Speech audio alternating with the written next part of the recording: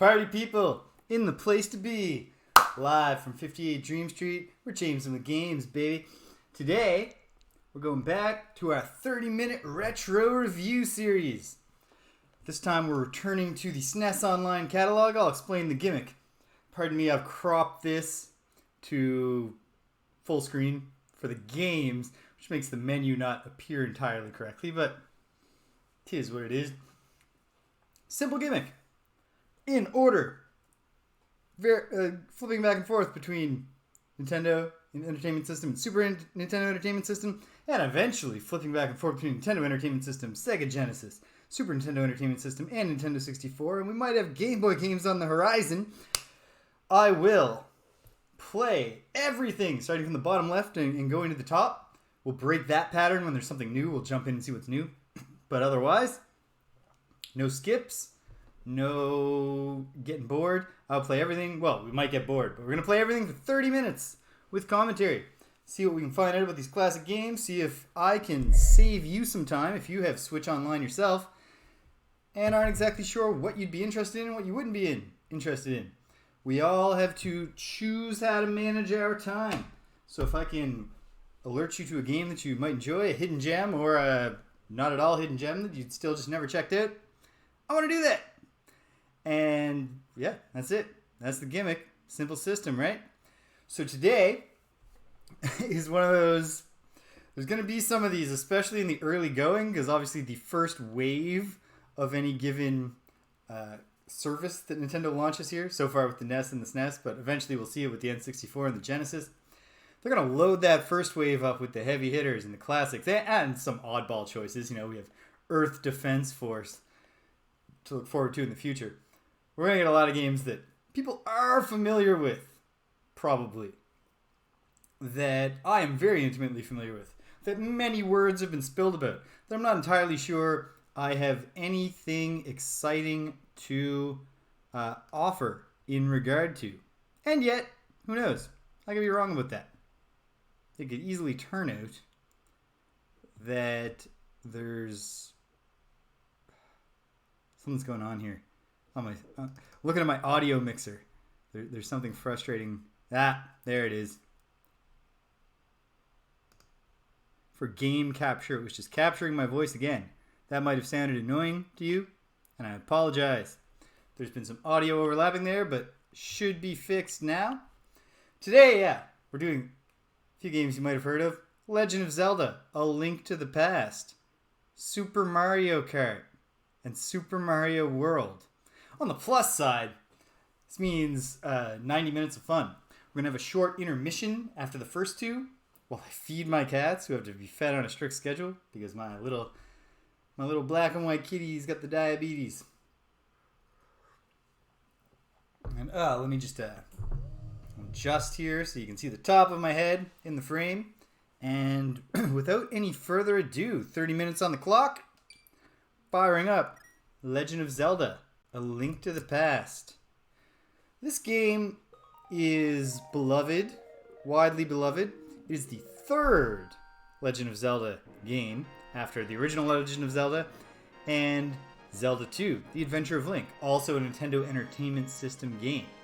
This is the series debut on the Super Nintendo.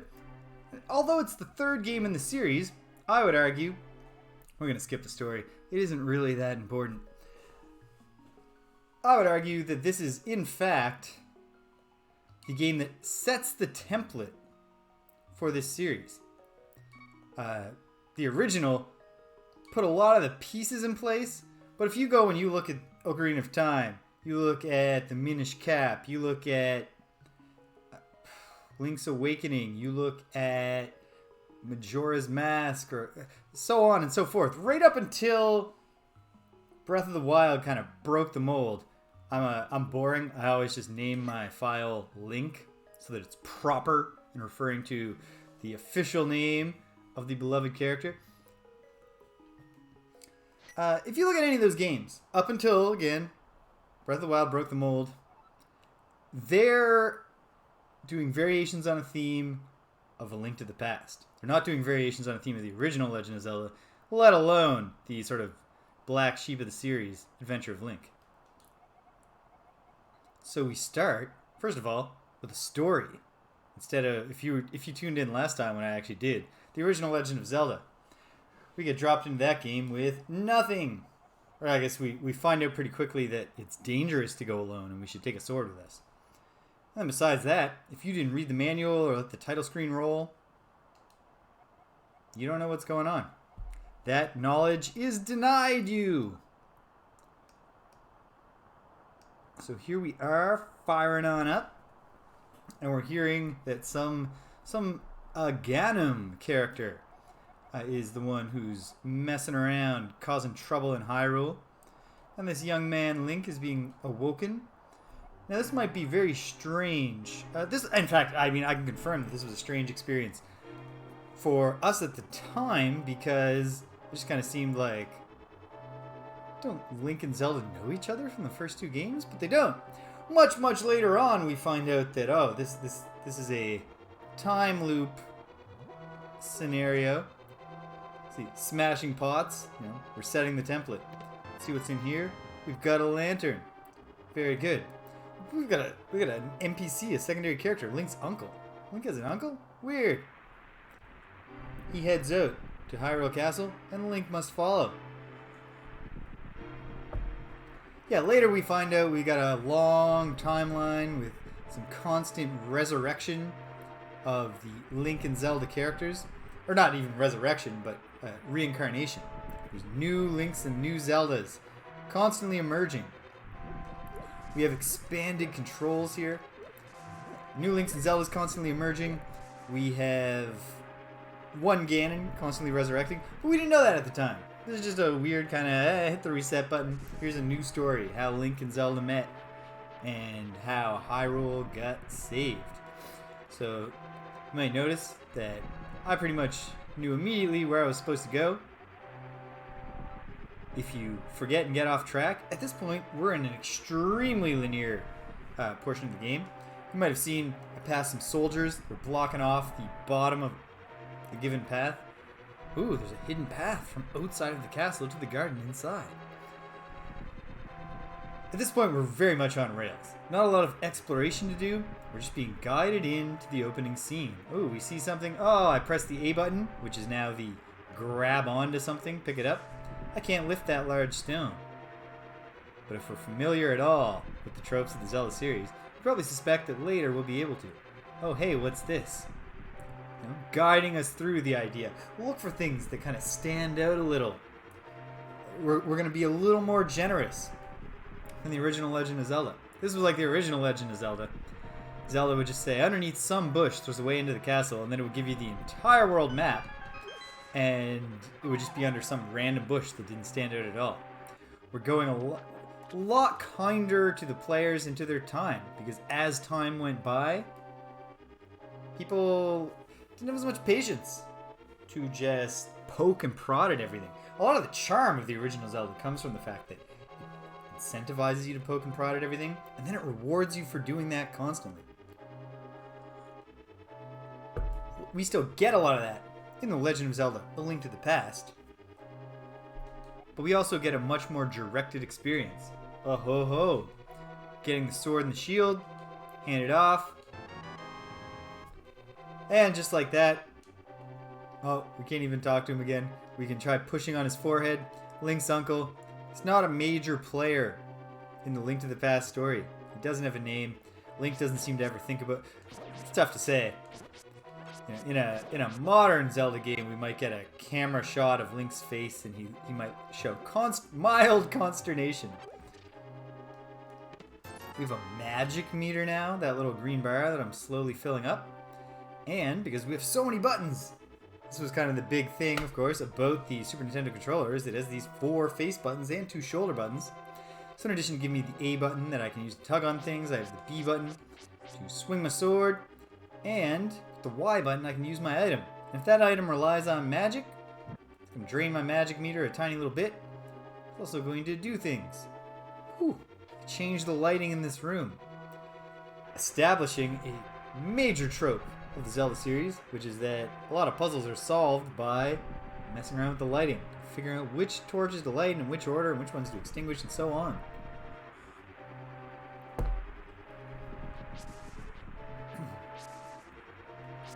not a game I ever owned on Super Nintendo. But fortunately, a buddy of mine did, and I was able to borrow it sometimes. And so I got the full Link to the Past experience in and around him being like, well, I want to play it, give it back. Come up here, we head into Hyrule Castle, still in our opening story segment. And right off the, we can tell something's amiss because, like, Link's just killing castle guards. Seems kind of harsh. I'll be honest, I don't even remember exactly what to do here to get to the next place. Seems like going up those stairs that we saw on the previous screen is very likely the answer. But let's just wander around a little, see what's going on. Ooh, can I get through there? No, of course not. It doesn't damage me. Because again, this is a gentler, kinder game. They put that barrier there because later on we're going to return to this castle in a different context. And we want to get in there. But they don't want us in there yet. They also don't want to randomly kill you on your way to the first simple objective. A major change from the design philosophy of the original Zelda, where you could easily, even if you had all the original paratext, which included a map that guides you to the first dungeon, you could easily die on your way to that first dungeon. Link can swipe his sword now. He's got a larger capacity to hit people.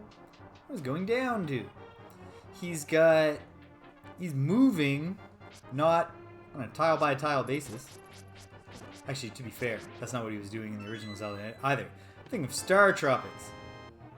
We can get a map, and now we have a dedicated map button. That's convenient. If I want to go to the sub-screen, I still can with the start button. And it'll even remind me what my buttons are and what they can do, the different things that they can pull off, what I've got so far. I don't know what the pendants are, but I'm going to find out. I know they're coming. X opens my map. Pretty cool. Does select pause? Select gets me a save screen. A lot of stuff going on that we just didn't have in the original Zelda. And a lot of stuff that's familiar. I mean, multiple levels on a single screen. Pretty wild. Death drops here. Knock our opponents to the ground. The opponents, the basic soldiers can sort of, in a very primitive way, sword fight with you. They can parry your strikes and try to protect themselves. They get repelled slightly, and you can maneuver them right off a cliff with that, which is fun. And we keep going. Just looking around. Just taking her in. Let me look at the map, actually, for a moment. Well, not much else to explore on basement level 1, except those 3 rooms. So why don't I check those out right now? In a way, this map, it's a much more detailed map that we can see. Oh, and by the way, dungeons have different levels. It's kind of cool. But in another way, now that the screen is so filled with graphics, we don't have any dead space to just like a status bar, where the map can just always be on display. Arguably, a step down in convenience. Although at least we have a dedicated button to get that map up, and it doesn't take long to load. Whoa, the boomerang! Now we're talking. Familiar items, there will eventually be a bunch of new items. But right here we establish that the boomerang is going to be a Zelda mainstay. Going forward, heading down to basement 2 just gives me stairs down to basement 3. We're getting deep in the dungeon. But why? I honestly can't quite remember. I mean, I know the logic of Zelda dungeons starting with this game. Oh, there it is. The Princess Zelda.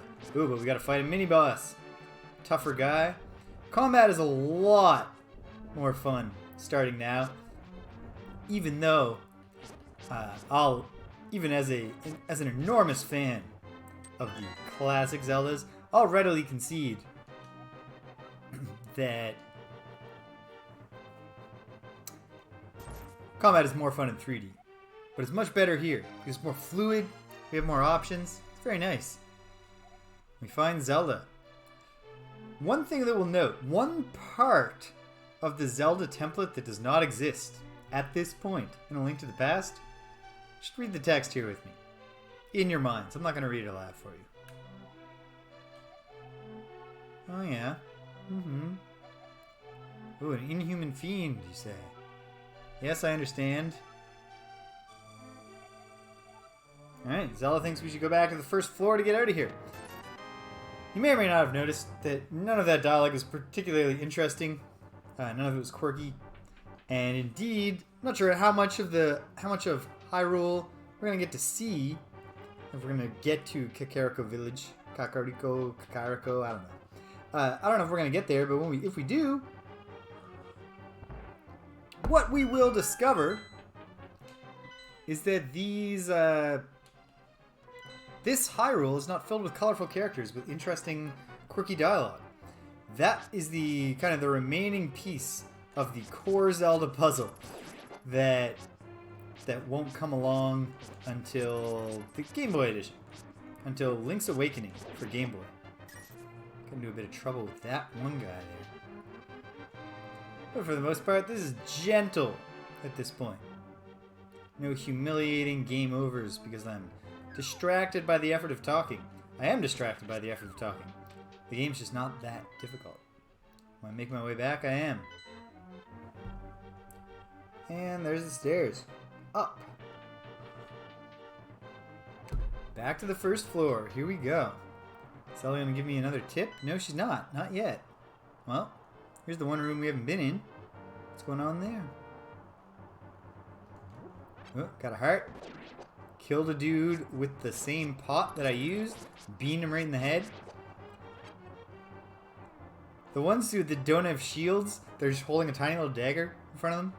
When they're running away from the camera, when they're running to, when their back's to you, the player, they really look pitiful. They don't seem like they're armed at all. They just seem like they're kind of jogging in to get killed. Which is a shame. Okay, come on. At this point, just kind of doing a little aimless wandering. I can't remember what the secret path out is. Is it just going back through here? Seems like it should be.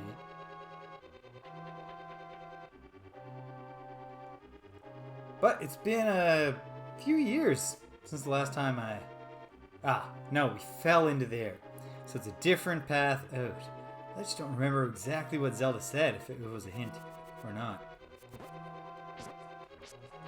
Oh, the dagger guys even do have little shields. They're just sad shields.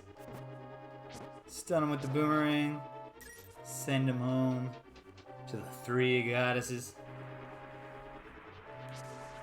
And get back on track here. Come on. Okay, we gotta go in. We go back into the castle. I'm sure that Zelda will suddenly, eventually, hopefully, remember, give me some prompt. Come on, Zelda. We want to get to the open world portion. Opener world portion, so we can do a little exploring, see what Hyrule looks like these days. She knows the secret path. I had to get to the first floor. If I go up? What if I go up? Well, could be. What's going on here? Throne room. Ooh, we can open the curtains. There's more going on here. Here we go. Ornamental shelf should open. Do you have a light? It's pitch dark inside. You can't see without one. If you're ready, let's go. Help me push it from the left. Well, let me get the lamp ready, Zelda. Let's not be hasty. And together, they can push it. If I had come in here with Link before and tried to push it, without Zelda's help, you can't do it. In fact, a major portion of the Zelda template that's often unacknowledged, I find, is that starting here, we have a Zelda who is pretty essential to Link's ability to complete his quest. She's directing her own rescue here. Link depends upon her physical strength to help him open the secret. Link is the protagonist, but Zelda is not a pure damsel in distress, even though she is going to be in some more distress by the end of this adventure, by the end of this game. And later on, Zelda will be a ninja, a pirate. Spoilers, I guess, for Breath of the Wild, one of, if not the most popular games in the series, that also barely has a plot. Suffice to say, the story of Legend of Zelda Breath of the Wild is after Link gets knocked into a coma by Calamity Ganon, the latest reincarnation of Ganon, or resurrection of Ganon. After he gets knocked into a coma, dodging ropes, if you didn't know, snakes in Zelda are called ropes. Yeah, Link gets put into a coma. He spends 100 years waiting to wake up, while Zelda, the entire time, is locked in mystical battle trying to contain Calamity Ganon. And then Link wakes up and wanders over and helps her finish the job.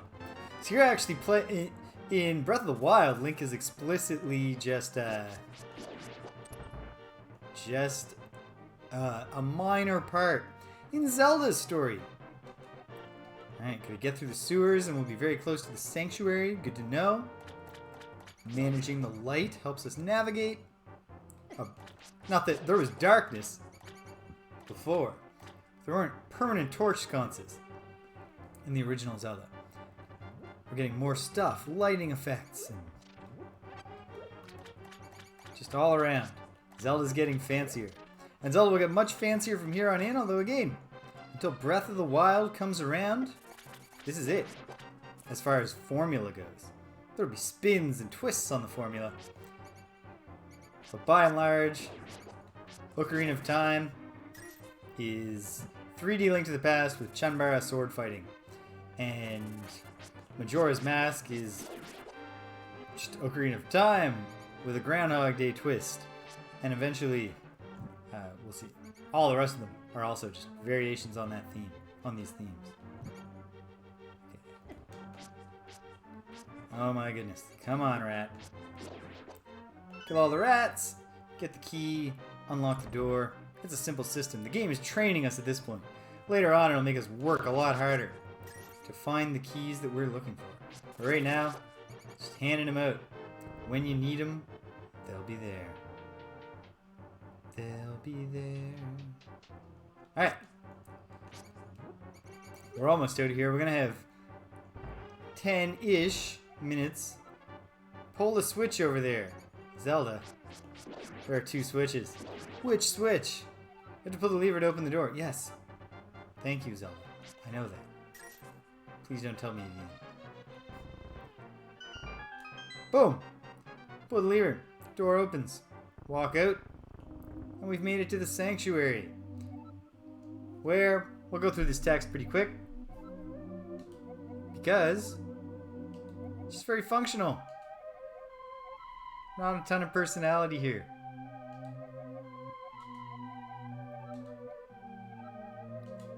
Boom.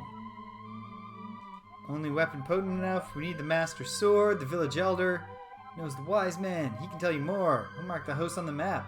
Watch every move. Castle soldiers will be looking for you now.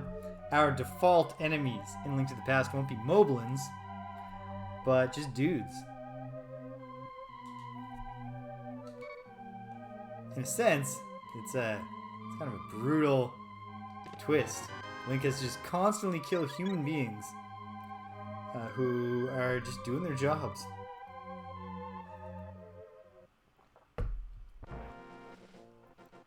What a way to make a living. Just get murdered by some elf kid.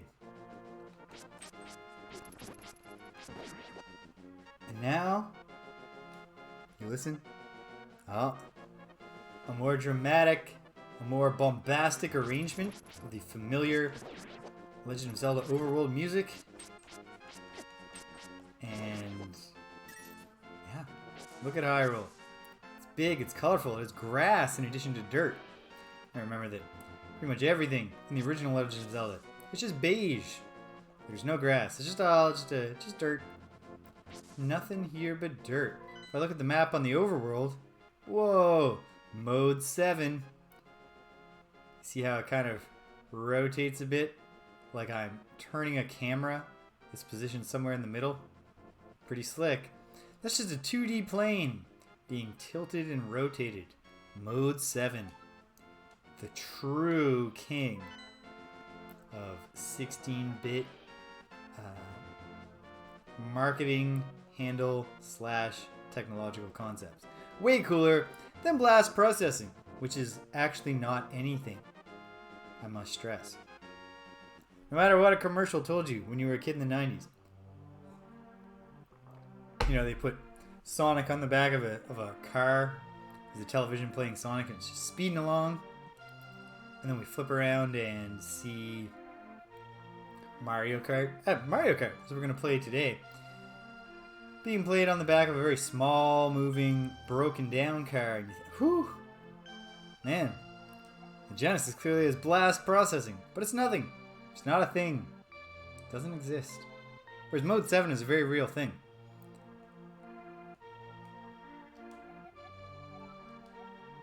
$100 for an empty bottle. Yeah, I'm broke. As, you know, real ones know. Oh no.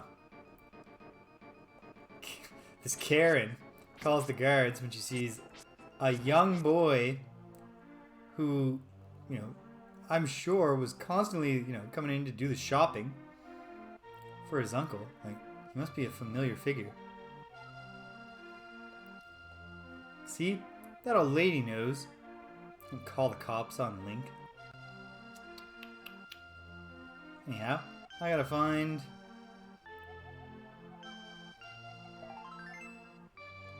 Boom. Looking for the Elder. He's hiding. We have an X on our map now to tell us where. Aha.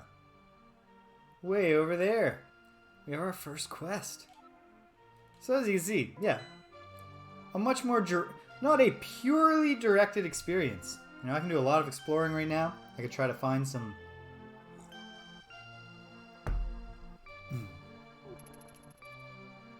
secrets of very... In fact... Oh. Now, I need the hammer to get that one. Once I have the hammer, I can flatten that post, hop into that hole, jump down the well or whatever that's supposed to represent, and find something on the other side, which would be cool. But we're not ready to do that yet. So let's see. Let's go meet... I bet we can go get to the old man before time runs out here. Do another little tour of Hyrule. Maybe we'll spot a secret on the way. Or maybe we won't. And we can't even lift stones yet. So there's a hard limit on how many of the secrets we can possibly reveal. We can't swim. We can't run fast. Link's going to gain a lot of abilities in the course of this adventure. And very few of them are currently accessible to us. Walking past the sanctuary, heading over. A graveyard, as you can probably guess.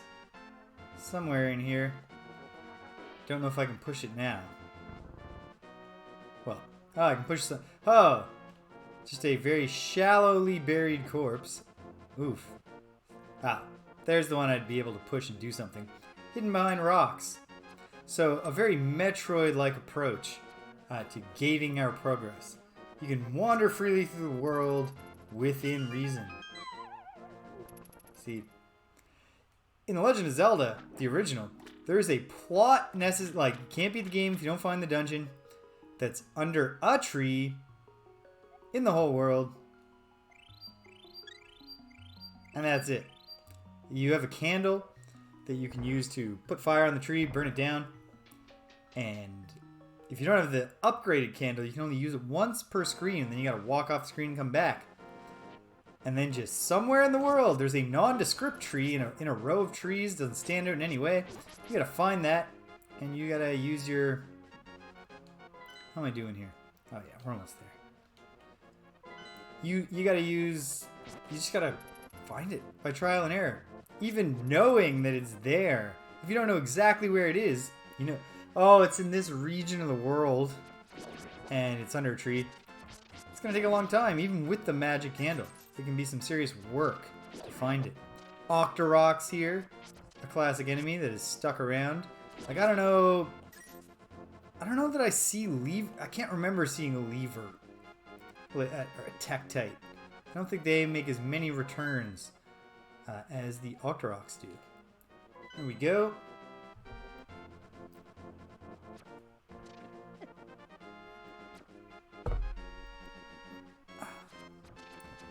30-minute time limit is generally a great concept for retro games. It's a little messy here. We're not really getting a full-flavored Legend of Zelda: Link to the Past experience because we're not even going to get to a proper dungeon. Sahasrara. No, yeah, Sahasrara. The village elder. A descendant of the 7 wise men. Checking it out. Oh, we need pendants. Yeah. As a test, get the pendant of courage from the East Palace. Bring it here. It'll tell us more. There's a much more point A to point B in A Link to the Past. Zelda, besides the fact that the dungeons are numbered, so you'd anticipate, you go in, you're told you're in level 4 at the very start of the game, you might think, might step out of here. Beyond that, Zelda will let you break the sequence in a lot of ways. There's one, actually I think level 4 actually might be the specific dungeon that requires an item that you don't have yet, that you get from a different dungeon to get into. But besides that, get out there, find the things. Oh, jeez, going in the complete wrong direction. The Pendant of Courage is just right there, awful close to where Sahasrara is hanging out. So we'll at least get to step in to the first dungeon. Might have got to see even more of it had I checked the map before I set out.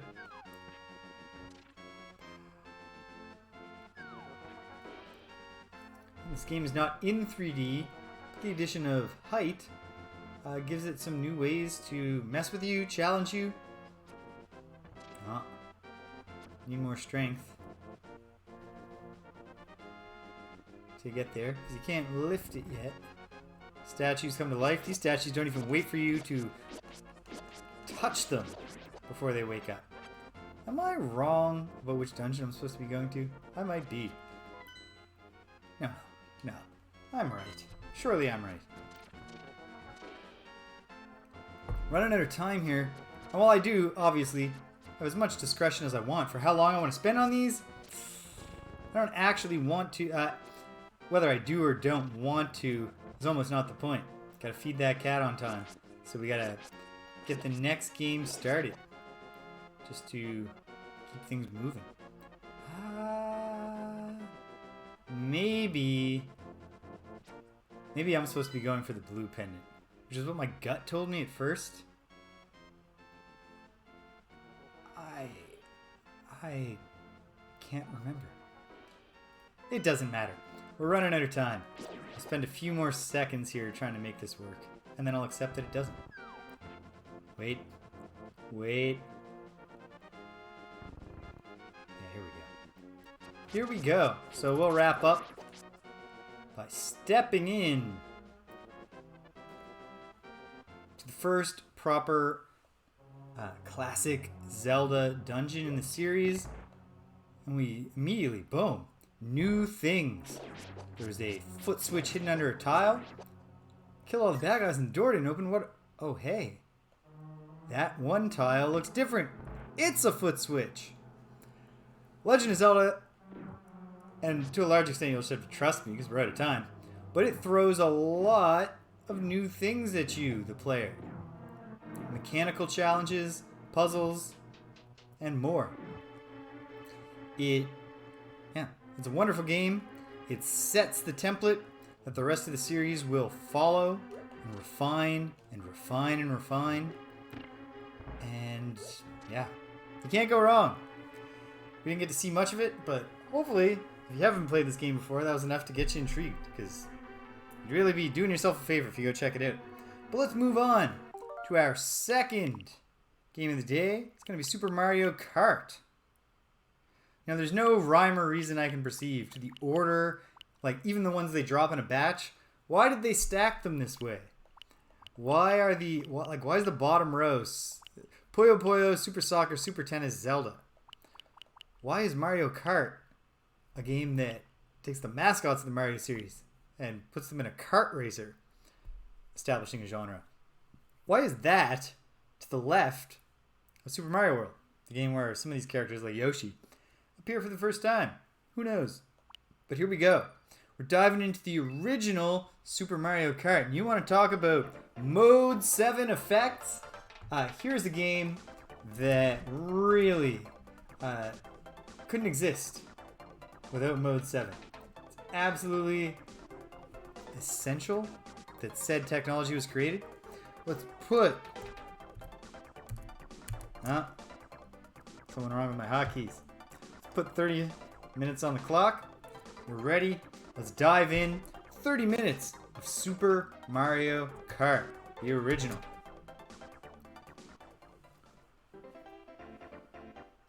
Here we are, back in 1992.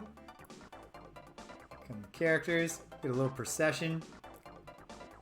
Ooh, Bowser causing trouble. Simple scrolling landscape. Donkey Kong Jr., I believe, is the character here. You see immediately, not a ton of modes, right? Mario Kart, GP, and Time Trial. That's all we have for one player. We're gonna go GP, and we're gonna go with 150cc class to try to get things lively. It's been a while since I played Mario Kart, so maybe it'll be too lively. Like Mario Kart the original.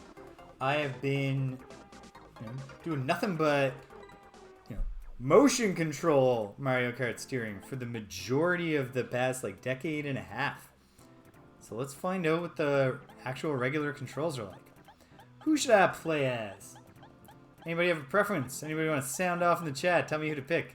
I said that, now I'm just going to make a choice before you even have a chance to respond. I used to be a Koopa Troopa main, and that was because as a young person, I didn't appreciate the acceleration versus top speed trade-offs and other things. So Koopa Troopa has high acceleration, and I thought that just meant that he's the best, he's the fastest. Whereas in reality, the slower characters with low acceleration actually wind up going much faster. You fire it up, and yeah, it would take a while for Mario Kart to get 3D. When N64 hits the service and we check out Mario Kart 64, we will discover that it is not it's not pure 3D at all. How do I shoot? Get an item, press the A button to shoot. Even though the shoulder buttons are there, the conventions of video game controls hadn't evolved. The shoulder buttons just existed, but it wasn't yet just this obvious thing. If we're using the face buttons for other things, and we want to shoot something, using our trigger finger would be satisfying. Not doing, there's no turbo slide boosting, any of the cool tricks we might later associate with the game. It's not to say we can't. Oh, jeez. There's why you can't have. There's only shoulder buttons and no trigger, but there is still sliding around corners. So prior to that further expansion, I suppose you could have made the R button your hop button and the L button your trigger, your fire. But in fact here they both just do the same thing. Not a great performance. My first race here, 100cc. We're not on the podium for the race, but it's early days yet. You never know what might happen. A lot of the tropes, the heart of Mario Kart doesn't change much. You get 4 different cups. Each cup consists of 4 races. Eventually, you get 8 cups, 4 of which are made up of classic tracks. That option was obviously not available to them when they made Super Mario Kart the original. What classic tracks, right? I suppose, we can all reminisce about our favorite Mushroom Cup tracks while playing the Leaf Cup or whatever, but that wouldn't make any sense. It would just be the same tracks from the game. A lot of the familiar weapons already exist. No blue shells yet. So, no absolutely furious rage from people about how unfair the game is. Yet. Although the AI is absolutely rubber banded and will try to catch up to me. I don't know how I toggled the bottom screen, or if I toggled it at all. Got a rear view on Koopa for a moment there. Coming around. Alright, well, I'm getting my sea legs with the game.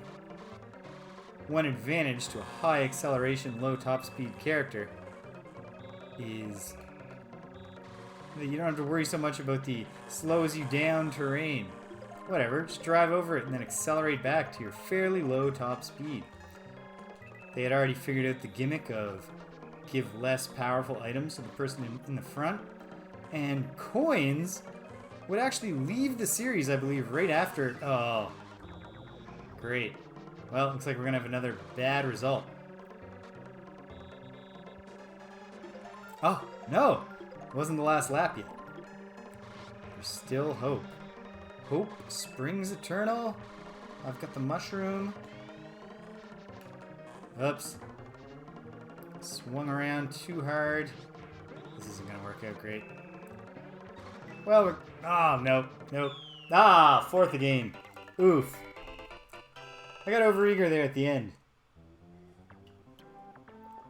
And dropped the ball. We have more luck with somebody else. Series goes on, and, eventually becomes pseudo 3D with Mario Kart 64. Eventually becomes true 3D with Mario Kart Double Dash on the GameCube. Different gimmicks come in. You get, your two racers to a kart in Double Dash. You get the Wii wheel in Mario Kart Wii, motion controls. And for Mario Kart 8, of course, we get anti-gravity racing, cameos from other Nintendo properties and such.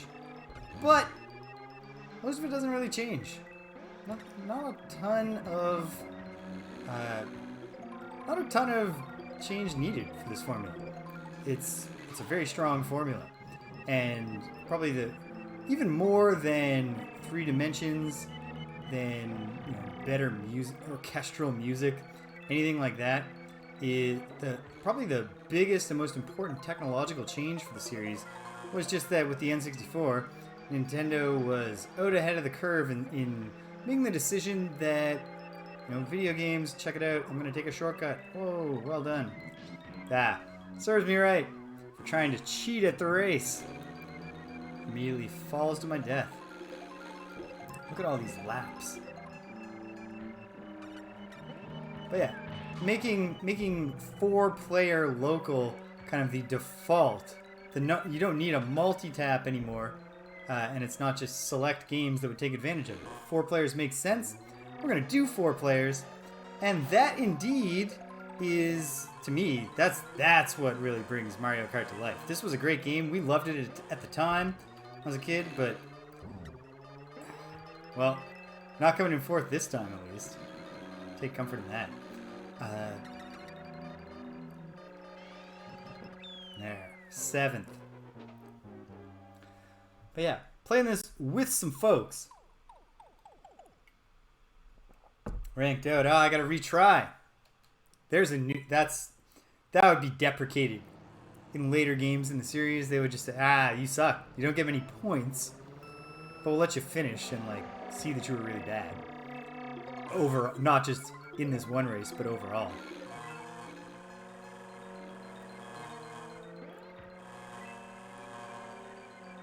They have online play now, of course, which is great. But, nah. The true Mario Kart experience is you and 3 friends, or hopefully even more, like you're having a literal party, and most of the people, because you're cool, are not deeply engaged with the game that's on the television. But the beauty of a 4-player game with short races is, you swap out, you do things, people will watch if there's a good race. It's a great party game. It's a great, if you only have 4 people game. And of course there's a lot to do single player, but that's not the real meat of the whole thing. Is playing it with the people you, I was going to say love, and it could be the people you love. But it could also just be people that you think are alright. You don't play with people you hate. So then you're going to get way too worked up about blue shells. Aren't blue shells yet. You'll just be furious about regular red shells. You didn't name that. You jerk. Get out of my house. Gotta play with people you love. But, here we go. There we go.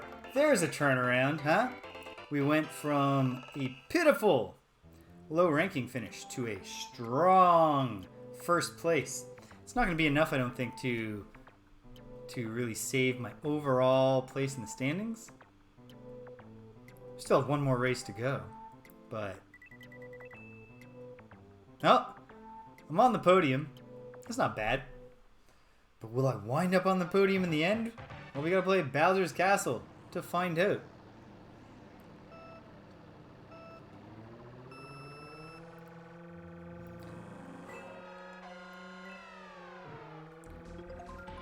Yeah, so with one player mode, I should say, we have not a ton, not a lot of modes, just the different, CC settings, the strength of the motors, like how fast it is and generally how hard it is. And then we have time trial mode, play by yourself. We can look at what the two-player modes are, particularly to remind myself if battle mode actually existed at this time, because I genuinely don't remember. But beyond that, I can't play any multiplayer. I am just one person. I don't have, my trusty companion Greg tucked off here to the side of the screen, just off camera, so I can pull him out just to do the... I should ask Greg if he'd be willing to swing by. Just be waiting in the... Hey, a red shell for the person in first. That's an unlikely occurrence, but it's always nice when it happens. Because now, what are they going to do? Overtake me? Get shot directly in the back of the head? That is exactly what will happen, in fact. If they try to overtake me. Heading into lap 4. Of course, they're much smaller and more elaborate, so the... Sorry, Luigi.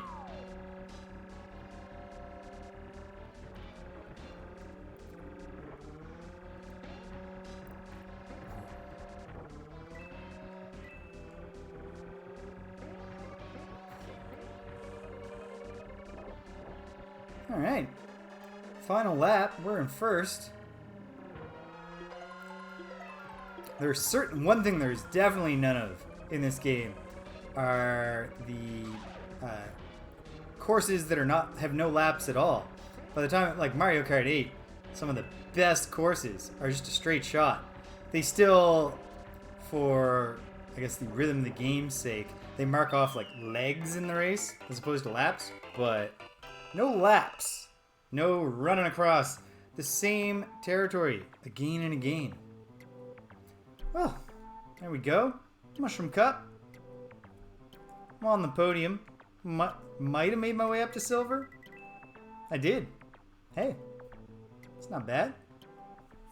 Not bad for probably my first full Mario. Oh, never mind. 5 tracks in the cup. Huh. Well, there you go. That shows you. Have not played this in a while. I'm sincere to the gimmick. I don't have prepared material. I don't study up. Preparation. It's for fools. Well, no. Actually, it might be smart to prepare, but it still just wouldn't be me. I have enough things to prepare for in my life. I can prepare for a Twitch stream where I just play a random video game for 30 minutes and then play another random video game for 30 minutes. Here we are. Sorry, Toad. There was absolutely no need for me to do that. In fact, it worked out terribly for me. Because now I'm grinding on Toad's back, losing coins, falling behind. I gained no benefit when I could have easily just passed Toad and saved that weapon for a further along foe who I was more invested in defeating. Note that there's a hard limit on how many items can be collected by all the racers. The flattened down coin blocks that you drive over to get your items in this game do not just automatically replenish after you hit one, which will eventually become the series standard. Because, if you're trying to make a game that you've finally recognized is primarily going to have appeal to people as a major party experience where a bunch of people get together and have wild screaming fun while having the items run out would actually not be super fun at all. The good old superstar, not just. Oh! I thought I had my 4th once again. Does this mean that I rank out and need to do it again? Maybe that's for the best. Improves my odds of landing a decent score here, which I guess I'd be happy about. I mean, I'm not deeply invested in how well I do here.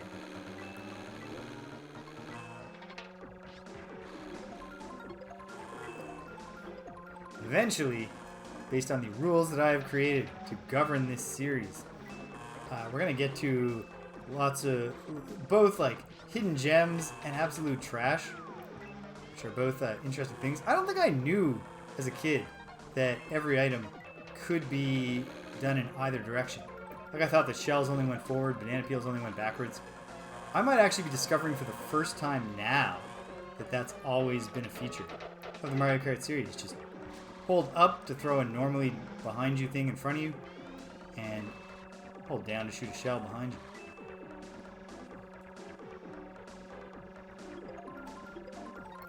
you. Yeah, my normal style of damn. By complete chance there, I had worked out a sweet scheme where when I hit the mushroom, I careened into Yoshi, keeping myself on track and knocking him off. But then he just immediately came back and knocked me off. So I didn't get to enjoy the benefits of it. Here we go. Sorry, Peach. Oh, not that sorry. Ignore slow down terrain. Ran out just a moment sooner than I wanted it to. Catching up. Yeah, when I normally play, I'm all about, nowadays. I'm playing Mario Kart 8. I am sliding the whole time. Racking up turbo boosts, taking tight corners, drifting, and hither and thither. Oh, no, no!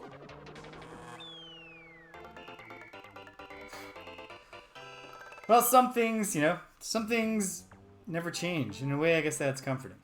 That you're just always going to get smashed by the AI at the last possible moment. Infuriating, but it is what it is.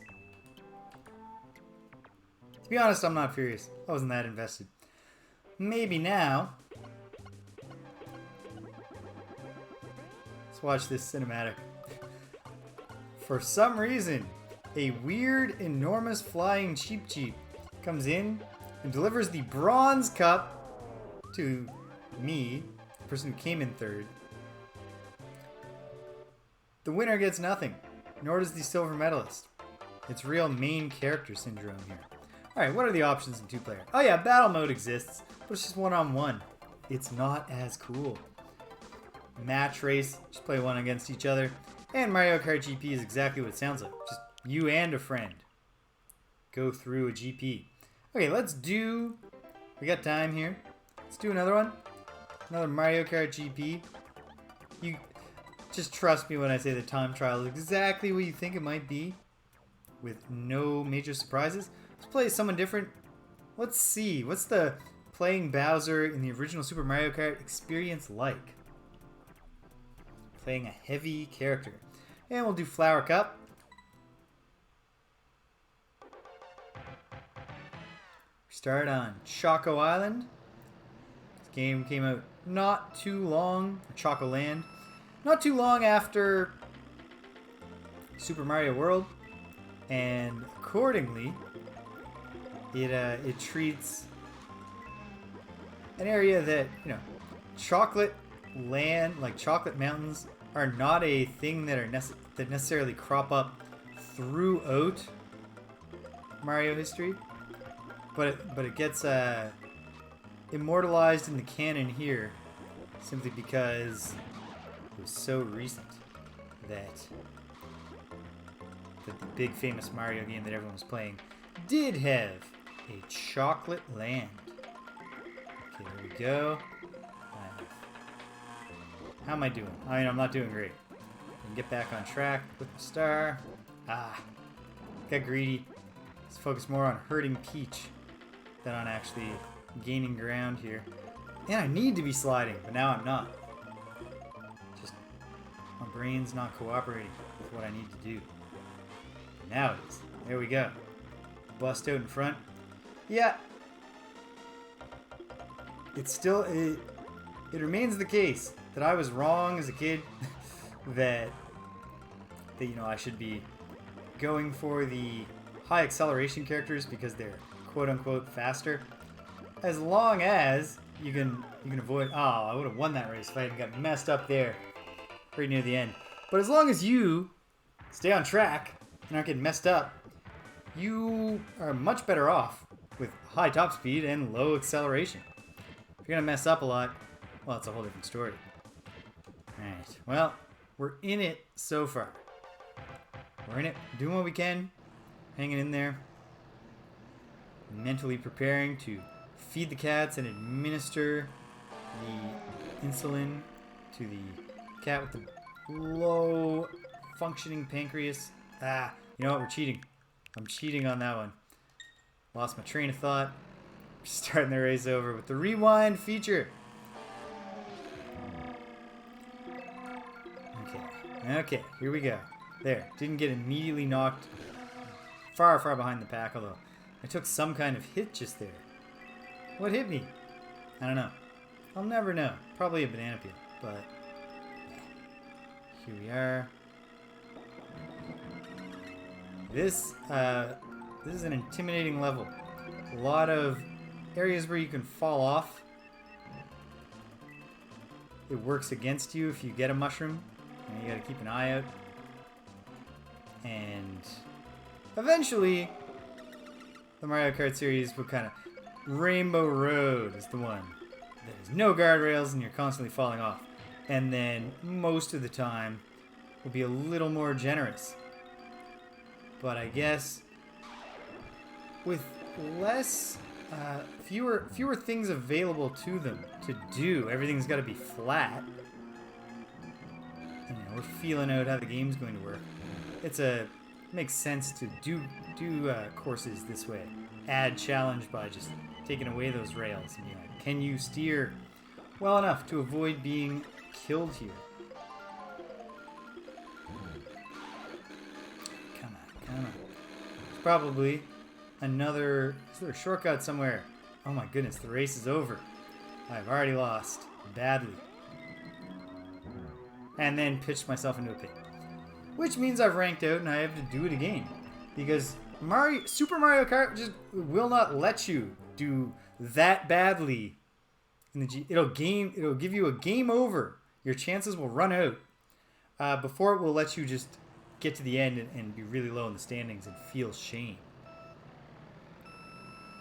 I don't know how much pride you feel, how much shame is prevented, I should say, by hitting you with a game over.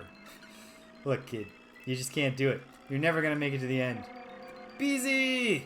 How's it going, my man?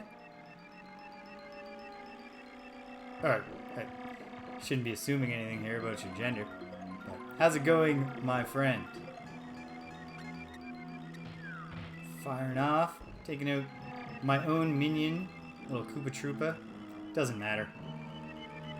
I think the real answer for me with this particular one is neither the heavy nor the slow characters. At least until light characters. Until I really have once I was gonna really get the feel back for how to play this game.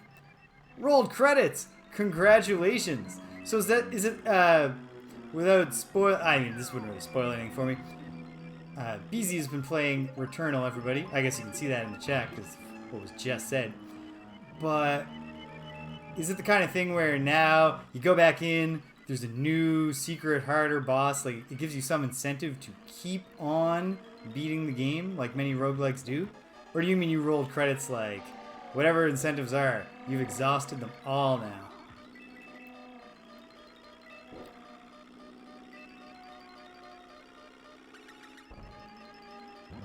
Well, I pulled off the amazing shortcut jump, and it wasn't enough. I was already doing so poorly. Maybe I'm just going to get game over. I hope not. I like to save my pride here a little. Nah. No pride. Oh-ho. I think with an action-based roguelike, the secret final boss probably has more potential than I've been playing Slay the Spire in my spare time, not for the entertainment of the good people on Twitch. And suffice to say, the true final boss of Slay the Spire sucks. Breaks the game because you're not going to beat it with a huge range of potential builds that otherwise are good and will get you there. Ah, yeah, this is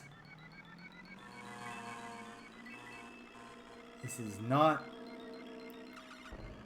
30 minutes is not enough time to unlearn our reliance on being Rosalina on a bike, drifting around the corners, building up your zaps.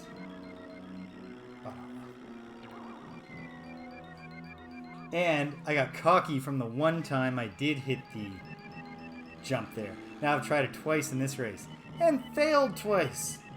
Oof. Well, if there's a cool game over screen, we're going to get to see it.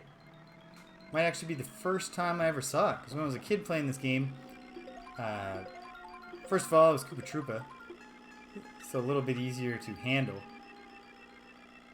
And then second, I was not trying to stream on Twitch. It was the 90s. We didn't have Twitch. I didn't even have the internet at the time.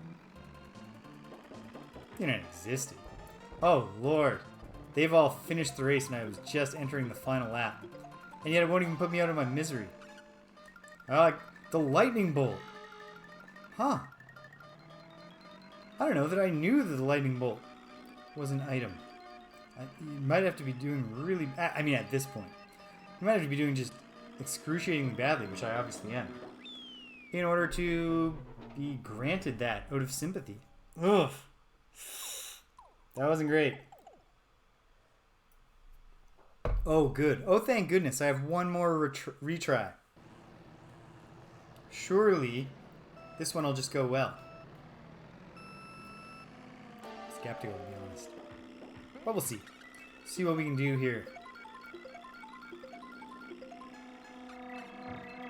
And then we have to take a 5-minute intermission, folks, for anyone who wants to stick around for Super Mario World in our sort of weird week where the retro reviews are all focused on games that everybody knows that do not require any of my commentary. But I made the rules and I stick with them. Because if I start giving myself an out to not play games that I love, that are fun, well, then I'm going to start giving myself an out for the real challenges, like getting 30 minutes of commentary out of Clue Land or something.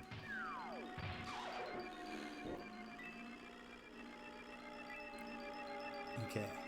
Oh! I misread that. Chumbawampa, hey buddy! Thank you for appreciating the choices. To be honest, I didn't choose them. It's just my little system of going in order through the what's it called there? The Super Nintendo Online setup. Ah, yeah, this is not good. Well, I think we're done here. No, I'm not done. There's no end to my suffering here. In the Ghost House on 100cc, playing as Bowser. Once again, with precision. I hit that drop. Yes, sweetheart, you're correct. It is just about supper time. I shouldn't even say those words. 1 minute, 15 seconds, for whatever it's worth. Oof. Not my proudest Mario Kart performance. Is there any kind of cool game over screen? Bowser looking ashamed? Nope. Toss back to title screen. We dive in.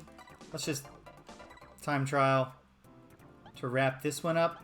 And then gotta feed these cats, administer that insulin, or else feeding the cats would actually be a very short intermission.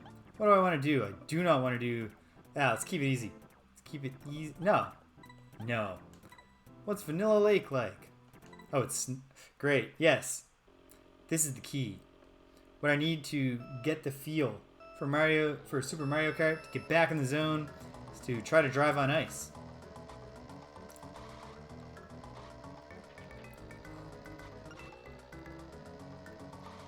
Yeah, so on the whole, like, this is a fine game that, unlike a lot of games especially in Nintendo's flagship series, like, you know, the Mario games, certainly the Mario games built and built and built on top of the template of the original Super Mario Bros. Without, really, in my opinion at least, rendering Super Mario Bros. Obsolete. You can go back and play the original NES Classic, and there's a lot there to offer, some of which isn't there in the later games. I don't really know that that's true with Super Mario Kart. It doesn't have dimension, like it's flat. Although, you know, the rotating did look really cool, like, it looked amazing at the time. Racing games prior to this, if they gave you the behind the vehicle mode, but no actual rotation and curving track. Just you would drive forward, and then when it was a turn, the road ahead of you would look like it was curving, and then there would just be sort of a gravitational pull. Your racer would start sliding towards the outside of the turn. You have to bring them back in. The modes haven't brought that forward, but you know, as soon as Mario Kart 64, we will get some dimension levels going on, which ups the ante, and then really having at least 4 people playing at a time is what truly unlocks the character of Mario Kart. So while it's a very strong game in its own right, I do think it's made obsolete by its successors in a way that not all classic games are. Okay, so we're diving in to Super Mario World next, but as I said, gotta take care of these cats. With the one with the failing pancreas. Well, it's not failing. It's a little underperforming. We're keeping it under control so far, and we've got to keep doing that. So, folks, enjoy the fine tunes of Aaron Hodges Boyle for a few minutes. If you do enjoy said tunes, I strongly encourage you to check the link to his Bandcamp. Is it Bandcamp? Yeah. Check out his site. He's got lots of music. It's very video game inspired, a lot of it, and yeah, it's worth checking out. But you can listen to Queenate, I don't know if I'm pronouncing that correctly, right now while I go to intermission. I'll be right back.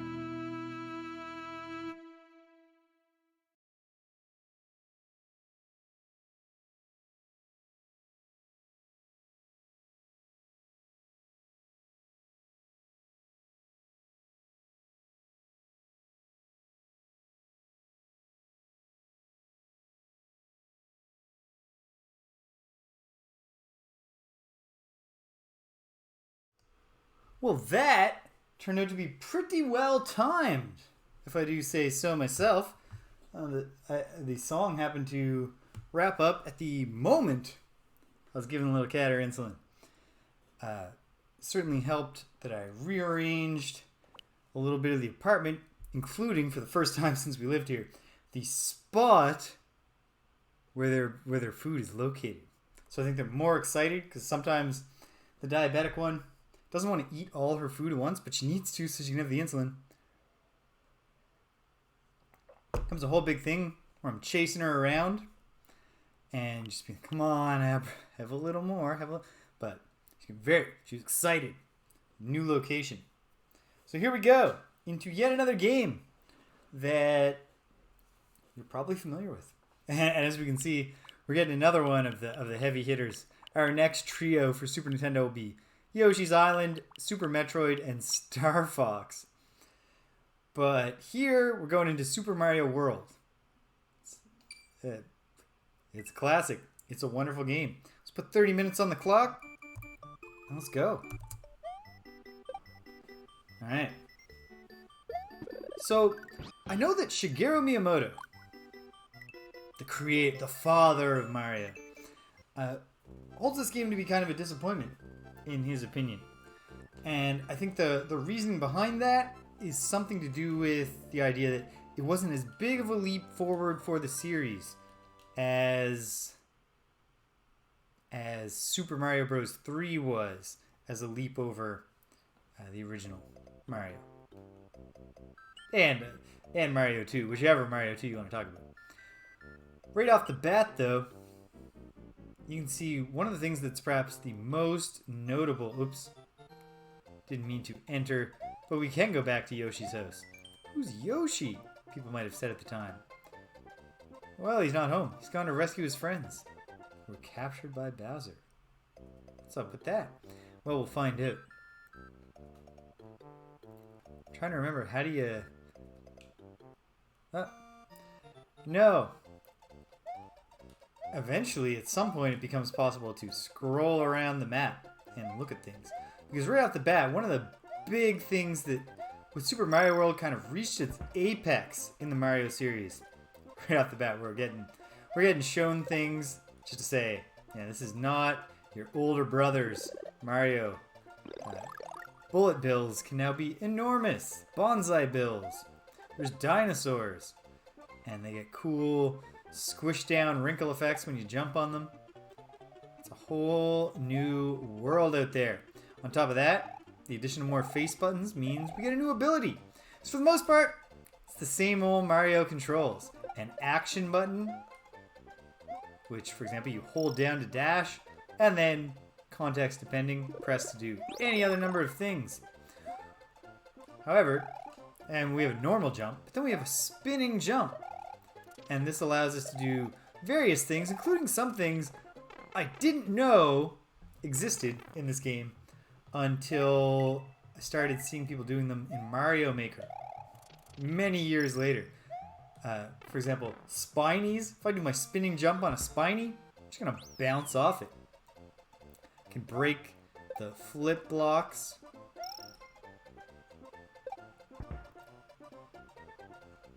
And yeah, new, different. When I hold a shell, I can look up, kick it up above me. Leap up into the clouds to catch it. Nicely done. And here we are. I mean, to an extent, it is still just Mario, right? Get the fire flower, shoot some fireballs. Oh, they hit enemies, and enemies turn into coins this time around. We start the trope of collect X number of whatevers, in this case, dragon coins. If you collect 5 dragon coins in a given level of Super Mario World, you got a 1-up. It's not necessary to unlock any sort of hidden bonus content, although this game is actually filled with hidden bonus content. It's just not unlocked in a systematized way by finding the proper number of stars and beating the game. There's more going on. Here, yeah, P-switch so far. nothing all that new. Stomp the P block, some coins appear. Likewise, it would turn blocks into coins, coins into blocks. In a different scenario. Like I'm charging along here. I drop down, go in the pipe, and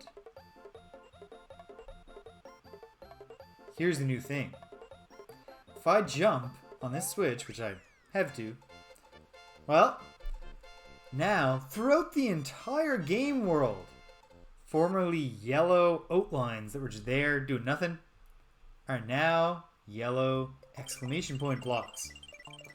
This affects whether I can, get to certain secret exits, or it can just make a level easier, or it can offer an extra power-up, which I suppose makes a level easier.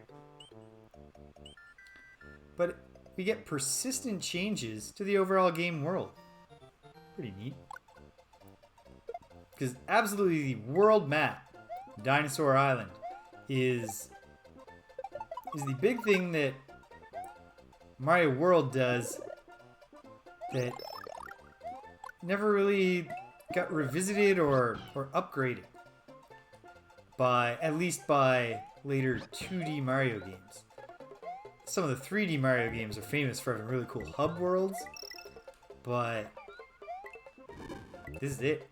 As far as the new Super Mario Bros. Games, they have a big world map, and it is interconnected, aping after this, but it's not filled with secrets and alternate paths in the same way that this game is. There are, areas in this game where you can bypass the standard route entirely, skip a world without a warp zone or anything, because it's all just one big map.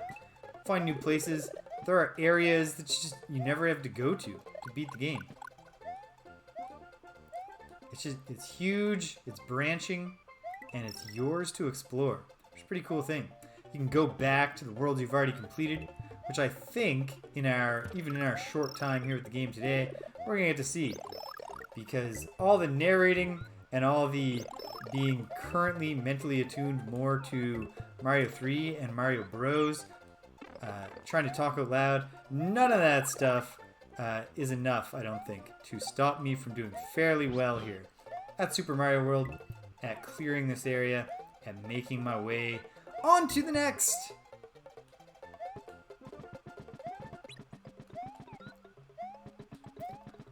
And then another new gimmick, the ticker tape, rising and lowering at the end of the level. Hit it as high as you can, get some stars, get 100 stars, play a little bonus world.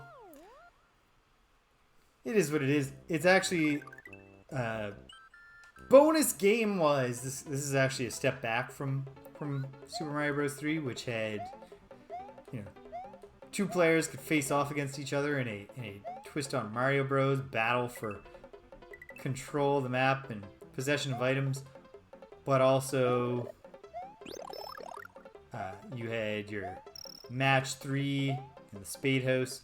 You had the occasionally appearing concentration game, just get the matches. When Yoshi eats a colored Koopa, there's 3 different things that can happen. A red Koopa shoots fire. Pretty cool. Yellow Koopa as long as Yoshi has a yellow Koopa shell in his mouth, he's very heavy and he does shock waves when he hits the ground. They can take out your enemies. And a blue Koopa gives Yoshi wings, like chugging a Red Bull, and he can fly somewhere. What will this tell me? Stop an enemy, hold the button, jump up high. We're moving, obviously, we've moved away from the Super Mario Bros. Style of just first level is designed to introduce you to the game, and gradually new game mechanics will roll out and you will figure them out. That's your job as the player. See, screwed up the jump. It doesn't matter. Since I did the Switch Palace, they're no longer bottomless pits. Just to drop onto some new yellow exclamation point blocks.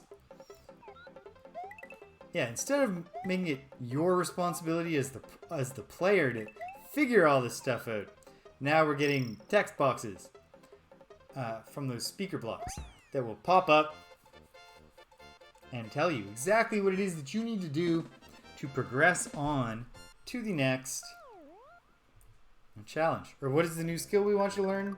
Here, let's tell you.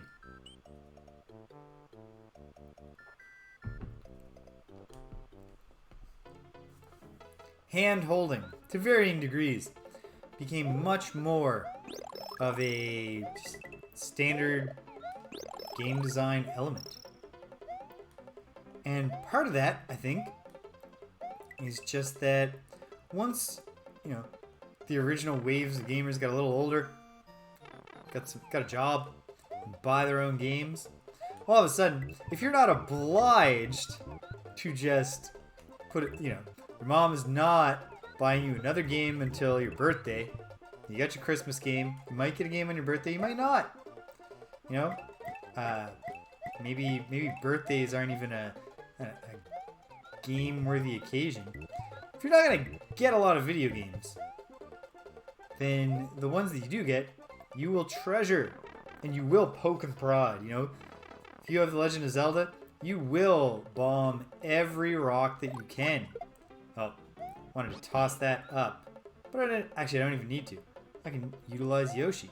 Hop off Yoshi in midair and grab the dragon coin, save my Yoshi, lose my Yoshi again, lose my fire flower. New items. This is a thing that did not carry on in the Mario series. Your new items just get kind of warped into that box at the top of the screen. Or rather, not your new items. The item that you had before you picked up the new item goes into reserve. And then if you take a hit, instead of Mario, Mario just turns immediately back to regular Mario. Strange name, given that regular Mario is in fact tiny compared to what we actually associate Mario with looking like, and tiny compared to all the other people in his universe. Small Mario. You turn right back into Small Mario, now you gotta catch the falling item. Twist that did not catch on, and frankly, I don't think it should have. I think that I wouldn't go as far as call it a miss. It's not like it drags the game down. This is a great game, as I've averred, but just not amazing. Ooh, this is the thing that I first remember when I was a kid. A friend of mine, same friend who, if you're a long-time viewer, that I borrowed Super Soccer from. So all of my past experience with Super Soccer, thanks to one friend whose family had a Super Nintendo and a large television before my family had either of those things. And I remember we were over there for a visit, and wow, seeing this game on that big old screen, and this part specifically. When I arrived, we were here in the first Bowser's Castle. Or it's not Bowser's Castle. First Koopaling's Castle, and the ability to not just go up on the fence and punch the guys who are on the back, or position yourself just right to take them out, but then, whoa, punch the thing, and Mario goes to the back. This was something. And then on top of that, we haven't seen any Mode 7 spectaculars yet. Checkpoints now, an actual thing that we touch. This is not the first checkpoint we've seen, but first time I thought to comment on it. It's not just an invisible wall that when you pass it in the level, if you die, you'll come back. We're gonna get a Mode 7 extravaganza at the end of this level.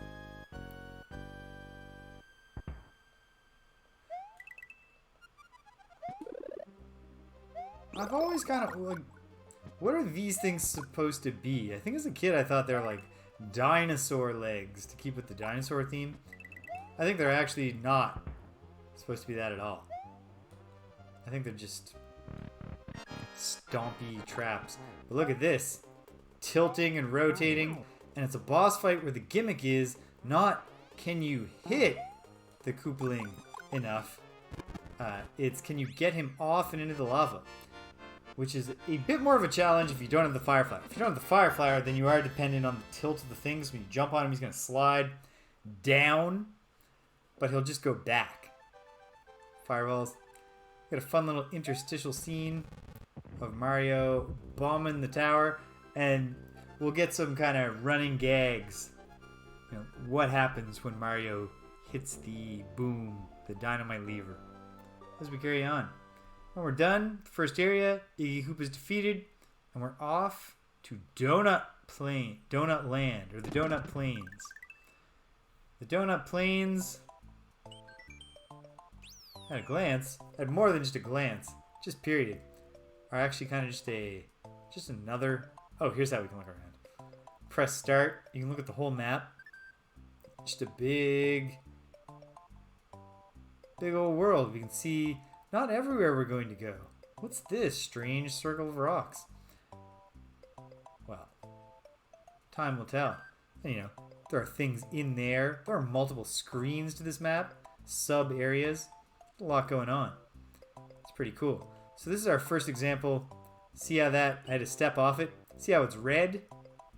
Well, the red means there's a secret exit in here. There are 2 exits. And depending on how I clear the level, I'll come in a different place. Flying was not established by this game, but this is the first time that Mario flies in a real flight kind of way. In a way that tries to approximate actual, flying physics. Mario has to kind of manage his momentum while he holds his magic cape behind him to swoop and stuff. It's not like the Leaf and Raccoon Mario, where Mario could just...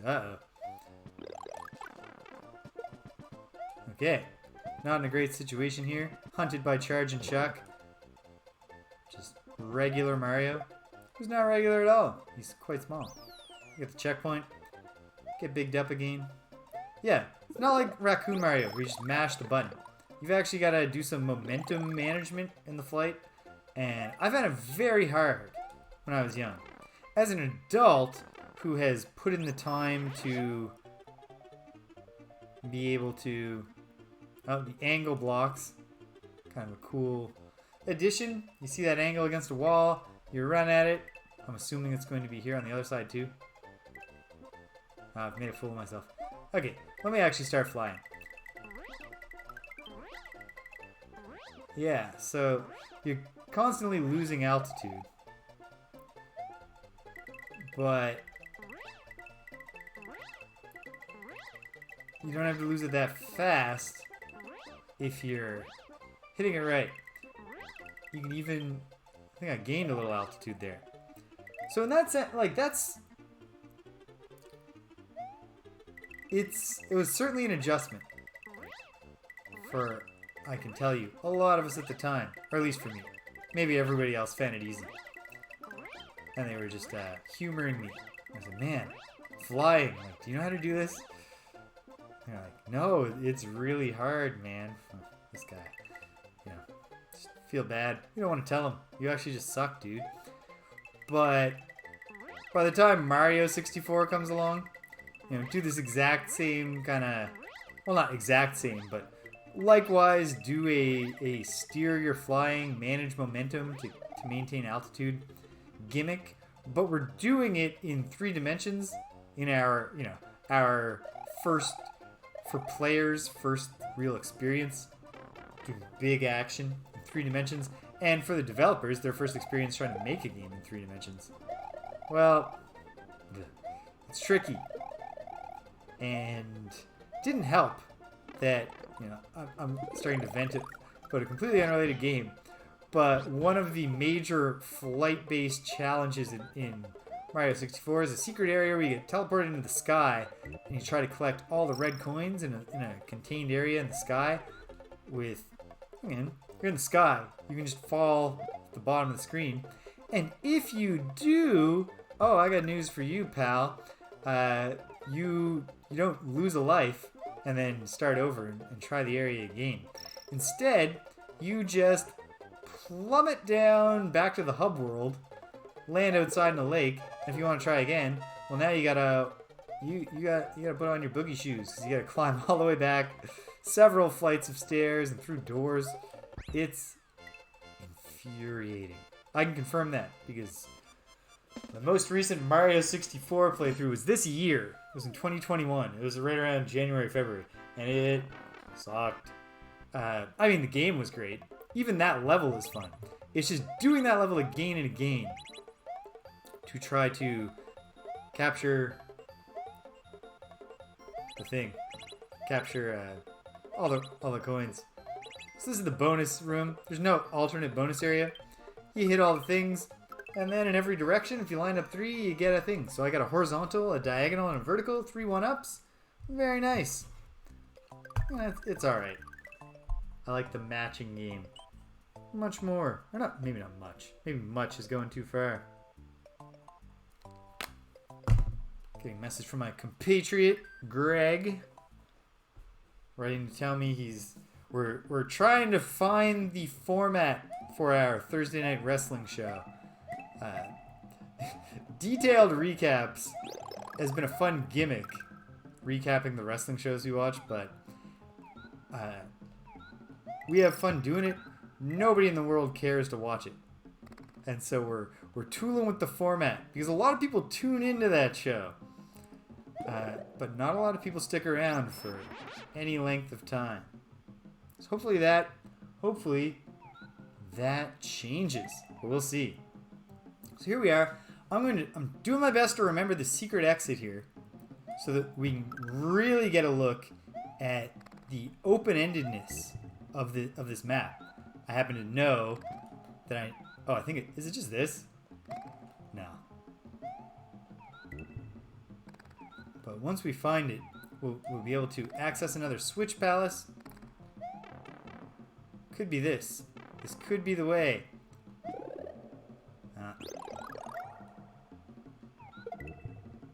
Charge and chuck. Get out of here, chump. Alright. What's the story? Oh ho! Flight Yoshi. We fly up here.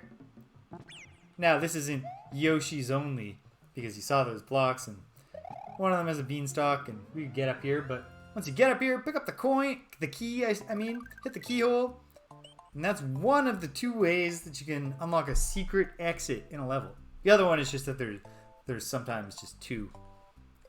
Wait, is that even true? That there's 2... No, I think maybe the secret exits only come in the form of this one method, the keyhole method. I could be wrong with that. We're not going to find out, and it's not important. You find out, if you're intrigued and you don't already know, you could go find out for yourself. Oh no! This didn't work out the way I thought it would. So the gimmick there, the way to get anything out of that was for me to get this block out of there, kick the shell down without going down myself, follow along up here, and as your shell combo climbs, you eventually get to the point where you start earning 1-ups based on it. But here we are at the green switch palace. Green outlines become green exclamation points. Pretty straightforward stuff. But now, let's revisit an area. Another new thing. You pretty much had to add to Super Mario World because, come on, if we're going to have secret exits, you can't just give me 1 shot per playthrough at finding them. So we go back into Donut Plains 1, or is this Donut Plains 2? Wasn't paying enough attention. Doesn't matter. We're in it. We know it's the one we were looking for. Let's get to the end. We don't need to savor this at all. In fact, why am I not just flying over the whole thing? Because I can't get enough momentum now that I've thought of it. Here we go. There's why we're not flying over the whole thing. We just tried to take the easy way out. Donut Plains 1. Okay, here we go. At least we got to the checkpoint. Now, if we just got a flashing cape guy, the flashing cape guys drop. No luck there. There we are. But I didn't hit him. The classic enemy weird flower that spits 4 pieces of fire into the air that then slowly fall down. I have no idea what the name of that one is, even though I'm usually a font of useless Mario trivia. But that's a... I know that enemy made its debut in Mario 3. Coming back for a second kick at the can here. Whew! That was a murder. Killed 3 flying shellless Koopa Troopas. The shellless Koopa Troopa is... Oh, Yoshi cannot come along on this adventure. Farewell, Yoshi. So we grab the key, get the other secret area. And with that secret area unlocked... Donut secret one.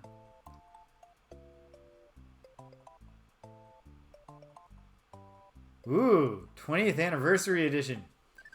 Yeah, we're not playing 2 players, so we can't see that, but thanks for raising that Chumbawamba. We are not at the point... We've actually regressed, although the regression happened in Mario Bros. 3. Because Super Mario USA, as it's known in Japan, Super Mario Bros. 2, when it came out here, which is a reskin of Doki Doki Panic. Ironically, Doki Doki Panic itself... a reskin of a game conceived as a Mario game, but then some corporate partner, some other group wanted Nintendo to merge the, make a game with our licensed characters. They put them over where the Mario characters were. Then they skinned Mario characters back into it. I'm sharing all this information for no reason, to set up the tidbit that... Oh. Not getting the secret exit that way. Can we leave and come back? Nah. Anyway, when they reskin them all, yeah, Super Mario Bros. 2 or Super Mario Bros. USA, whatever you want to call it, achieves a number of things for the series, which include making Luigi look distinct. But as of Mario Bros. 3, we were back to Luigi is just green Mario, and that doesn't change here. Luigi in Super Mario World, it's just green Mario. He's also short and chubby. He is perhaps he's equally brave. I'm not going to get the Fire Flower this time, so I can keep climbing up. See if I'm going to make it. I don't think I'm going to make it. I didn't make it. But, and then I missed the thing. I want the secret. I want to do a ghost host to wrap this up. I suppose I could just go to the mainline ghost host. It doesn't require you to do any secrets. But how can you get a game this open-ended and then just go along the main path? Kind of dull. Alright. So I need to get another balloon on the way up, if I'm remembering correctly. So this should be it. Yeah. Now I should be able to get all the way to the top of the cave, and then if the stars align... Oh no. Oh no. No. Okay, it must be the top right, or I'm just misremembering how the secret exit works in this level. Uh-oh. Here's a problem that 2D Mario games have not left behind, which is that when you combine... There's secrets here. Try to find them. Explore. Poke around. Scroll in either direction and revisit areas. When you combine that with a strict time limit, well, now we're in trouble. We could very, very easily run out of time here. Especially if it turns out that I'm just completely wrong about where the secret exit might be. But I'm hoping top right. Ooh, no luck. What if... Is it just this? No. No. This is just not where the secret is. Yeah. Well, that's what happens. I'm trying to be spontaneous. So you haven't done any research to remind yourself what the answer is. Oh no, the key. No, the key's not there. I'm going to see the key soon. I'm going to run out of time. This is hopeless. Maybe we're not getting to a ghost house today. Or maybe we will. Oh, okay. I remember now. I'm going to run out of time. But there's the... Okay. We can do the secret. We can get to a ghost house. Because I can stick on now that I got to give the other cat her eardrops, but that's not a timed thing. Oh, cats. Cats are a wonderful pet. Strongly recommend them. But part of the trick, the whole cat rearing experience plays on you. It's not like children at all. You know, children, you have a child. I don't have any children, but I know many people who do. And they're very difficult at first because human infants are basically useless. Like, cat infants are delightful from a very young age. People are very fond of them. They have developed personalities. They're not as smart as they're going to be when they're adults, but they're, you know, they're doing okay for themselves, intelligence-wise. Human babies are just, you know, they're kind of cute, but they don't have a lot going on. And, you know, children also are a lot of work to keep alive. Young cats are, for the level of engagement you get out of them, for what a sophisticated animal they are very easy to take care of. The gimmick, as I've alluded, is that as time goes by, Rip Van Fish, that's the name of the sleeping fish, if anyone was wondering, at least the North American name, a not very clever pun on Rip Van Winkle, the folklore character who slept for a long time. Anyway, cats are very, very easy to take care of for a long time, and then, so they start to get older, it starts to become a lot more work, and a lot more expensive. And by that time, you're attached to them, you want to put in the work, so that part's not so hard. Here we are, this is a whole, like, boos were introduced in Mario 3, so the boos themselves, although Giant Boo, Big Boo as he's called, was not a Mario 3 creation, but the Ghost House, an area devoted to boos that tries to play on, you know, the idea of ghostliness and some weird, mysterious, you know, paths, strange puzzles and cobwebs and ghosts and all this stuff, all the tropes of a haunted house. That's new in Super Mario World, and that sticks around. You know, Chocoland, or whatever the World 6, World 7 is called in this game, does not stick around. That was strange. Those coins almost look like they were framing a 2-tile high item like this door. See, the trick with the ghost houses is precisely that there are many ways out of them, or many ways, you know, paths in them, but a lot of those paths just kind of loop back on each other, leave you trapped, and you have to kind of bust open the logic and figure out what the real way out is. In this case, the P-switch does a new thing. It's going to reveal a secret door, and now I'm out of there.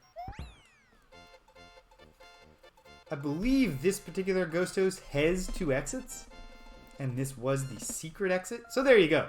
There are secret exits that take the form of a different ticker tape thing. I think that's true. That might be the only exit. We'll never know. Where does this pipe lead us? Let's just find out. Ooh, we get a preview of World 7, the final, you know, Bowser area.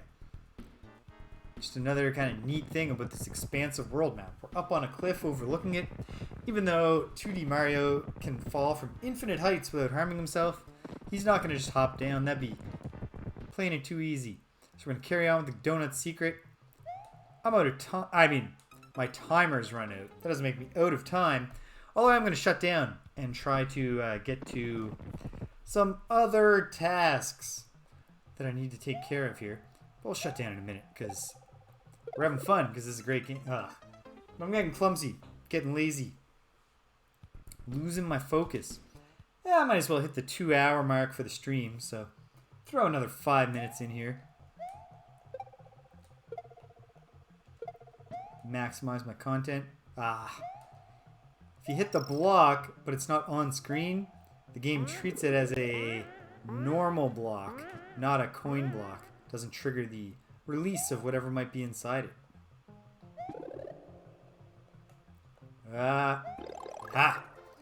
Invincible. We get the Spike Top, another new enemy, obviously very similar to the Buzzy Beetle. Dinosaur Island, as it happens, just pardon me, it's just repeat. Right, even the pipes are slippery. It does a lot of spins on the way that enemies are. This was the first time we saw a Koopa Troopa pop out of its shell. Spike tops are... I think regular Buzzy Beetles also exist in this game, but I could be completely wrong with that. But I'm 90% sure. But then the Goombas, perhaps most famously. There are Goombas in this game, but they don't look like Goombas used to look. And, for the first time ever, they aren't squished when Mario jumps on them. Instead, they're just knocked over and they become little weapons you can pick up and throw around until they recover themselves. Similar to the Koopa Troopas of old that didn't pop out of their shells. Strange stuff. This kind of later becomes just an ecological reality of the Mushroom Kingdom, that there are different types of Goombas. You know, spike tops are a thing, and so on. And they'll make their way off of Dinosaur Island, and often appear, you know, by the time of Super Mario 3D World, one of the greatest games in the Mario series. They just all exist. You might run into a chestnut Goomba, you might run into a normal Goomba. They're all just out there doing their thing. This is the combination. Oh no! The combination of lack of power-ups with slippery floor is alright, I'm calling bullshit on that and I'm rewinding. So a Koopa shell does not stop a spike top from walking forward, or when they're that close, the spike top doesn't gets to walk through it. But either way, screw you, game. I'm finishing this level. Here we go. Hour 57 minutes in. We got time for one more stage. So what happens on the other end of this? It's hard for me to put into to really describe for you how cool this was at the time. Just the branching paths, the ability to skip large portions of the game, except when you're not really skipping, you're skipping a particular portion of the game. But you're not actually skipping a large portion of the game, you're just doing different levels to get to the same place. Except then later, it's going to turn out we can do different levels to get to a different place. And there are two alternate, ways to make it from the entrance of the cave world, Vanilla Dome, at the end of Donut Plains. There are two different ways out of there that take us through two completely different areas on our way to the forest. It's just really neat. It's, Mario 3 introduced the world map concept, but you just went one world at a time, and there was a little bit going on the maps themselves, but not a ton. Oh no, what have I done to myself? Well, fortunately I had the cape, and I could save it. Fuzzies. Very frustrating enemies. Indestructible. That's not true. Destroy them with a superstar. But broadly, fairly indestructible. You certainly can't jump on them. I guess unless maybe with the spin jump. Here's another little bonus type thing that's also not as fun as the Match 2 game. The card matching game from Mario 3. 3 things, hit them. If you get them in the right order, you get a 1-up. There's no hints, there's no logic. It is a guessing game. You hit one wrong, you lose. Oh, but I got that one right. I earned it. I mean, not really though. This didn't require skill, didn't require anything. Still, it's fun. It's fun when it happens. You know what? As we're wrapping up here, there's a little bit of trivia that probably most people know, but I should have pointed it out. I'm going to turn the game audio up a tiny little bit so we can hear the music. Ah, well now we're done the level. We're going to go into 2 stages, just long enough to get in there and hear the music for a moment so we can appreciate the gimmick that Koji Kondo used to compose the score for this game. Oh, I gotta do this. Well, not a lot to do here. If you get into a rhythm, which I was in for a moment there, you'll just it's not hard to make all 9 be the same. It's hard to get all 9 the same because you gotta time it to match the middle, but the 8 that you control, you can pretty easily get to match if you lock in on it. Okay, we got 2 worlds here. Let's go back into Donut Plains 3 for a moment. Listen to the music.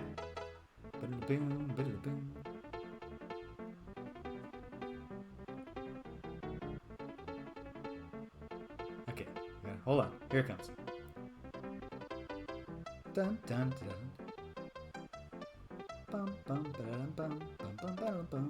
Alright, now let's see if I remember the button combination to exit a level. I do.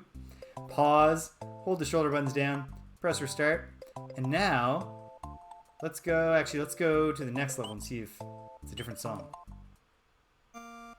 Yep. Boom, boom, boom, boom, boom, boom. Do, do, do, do, do, do, do, do, do, do. Hey, wait a minute. That sounds familiar, doesn't it? Let's go to a 3rd level, just to really hammer the point home here. I don't understand. Oh, jeez. I gotta rewind the game because you can't use the exit trick on a stage, whoops, that you haven't beaten yet. So, getting back to here, we go back through the pipe, we'll go into the ghost house.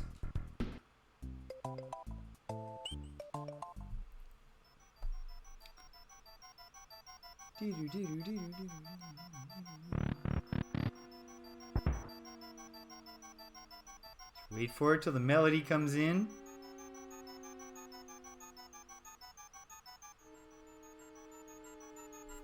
Takes a moment.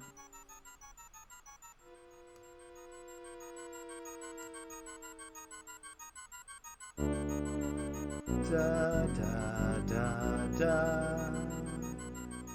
Da, da, da, da, da. So, if you didn't already pick up on it, the gimmick with the music in this is that it's just the same melody. It's just different arrangements of the same melody for every single stage. So you have your default do do do do do do, and then the fast levels get that kind of like player piano sound going, and then they just play that melody faster. Here in the Ghost House,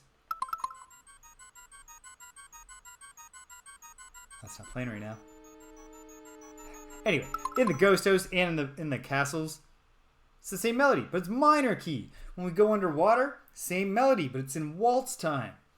This was not something I had the musical chops to pick up on as a young man, and so it just seemed like a game with a good soundtrack. But in fact, it is a game with a good soundtrack. It doesn't make the soundtrack bad that it repeats its theme, its variations on a theme. It's kind of cool. I think for some people, I've certainly seen people say it's disappointing to them that you don't get a big, broad soundtrack of multiple songs. But end of the day, you do get, you get some pretty excellent variations on that theme. Kind of cool. Anyway, that's it for today. Another case where I don't know that there was a whole lot for us to learn about the 3 games, the well-trodden ground. And that might continue to be the case for the next few. Like I said, let's go back. Let's look. So we saw the next 3 are, Metroid, Yoshi's Island, Star Fox. That's not quite Zelda, Mario Kart, Mario World for everyone's been there, but it is. It's still. Those are the big hitters. But then, right after that, we're gonna get Stunt Race FX. Not a Stunt Race FX did not spawn a series of its own. It's a first-party Nintendo game that kind of just it was the terminus point for itself. Got a Jalico. Jalico has been very generous with letting Nintendo relaunch their games. And then we have Super Ghouls and Ghosts. So we're getting into some cool stuff. We'll see like deeper cuts, Kirby's Dream Course. But the stuff I'm really excited about getting to is some of the weirder stuff. Joe and Mac too. But even more so than that, like Wild Guns. It's a pretty neat game. There's a lot of really strange stuff they've released for the NES. The Ignition Factor is kind of cool. It is far from the best top-down firefighting RPG-esque game for the Super Nintendo. But the best one is Super Famicom only, never came here. But there's a lot of cool stuff up ahead and some stuff where, like today, I'll be playing a game that we're probably mostly pretty familiar with. Well, riffing about it. But at any rate, It was fun. Hope you had fun. And I'll be back. I won't be back for the next couple days. 2 days off. Got a lot of work to do in the day and classes to teach in the evening. But my buddy Greg and I will be back on Thursday playing Fire Pro Wrestling World. Me and the whole gang, the whole 58 Dream Street crew, will be back here on Friday playing Friday Night Forgotten Circles, playing some Gloomhaven. And then I'll be back on the weekend playing Ultima 5, Warriors of Destiny. And that's at least for the rest of the week. That's our routine, and we're going to stick to it. And there's some other stuff brewing, but we'll talk about that in October. So, that's all I got to say. If you stuck around to the end, thank you. Hope you're having fun. And come on back. I'll do more of these. I'm going to try to make this a Monday evening standard, but I've got to figure out the timing. And, just not ready to put it on the schedule yet. But I'm going to try to do this again next Monday evening. Try to make it a weekly thing. If you're enjoying yourself, keep coming back. Play video games, we talk about them, or we play board games, and we talk about them. And it's fun either way. It's more fun when you folks are here. Keep us company in the chat, watching silently, whatever you do. So until next time, to the next time we gather here at 58 Dream Street, take care of yourselves. Be kind to everyone you meet.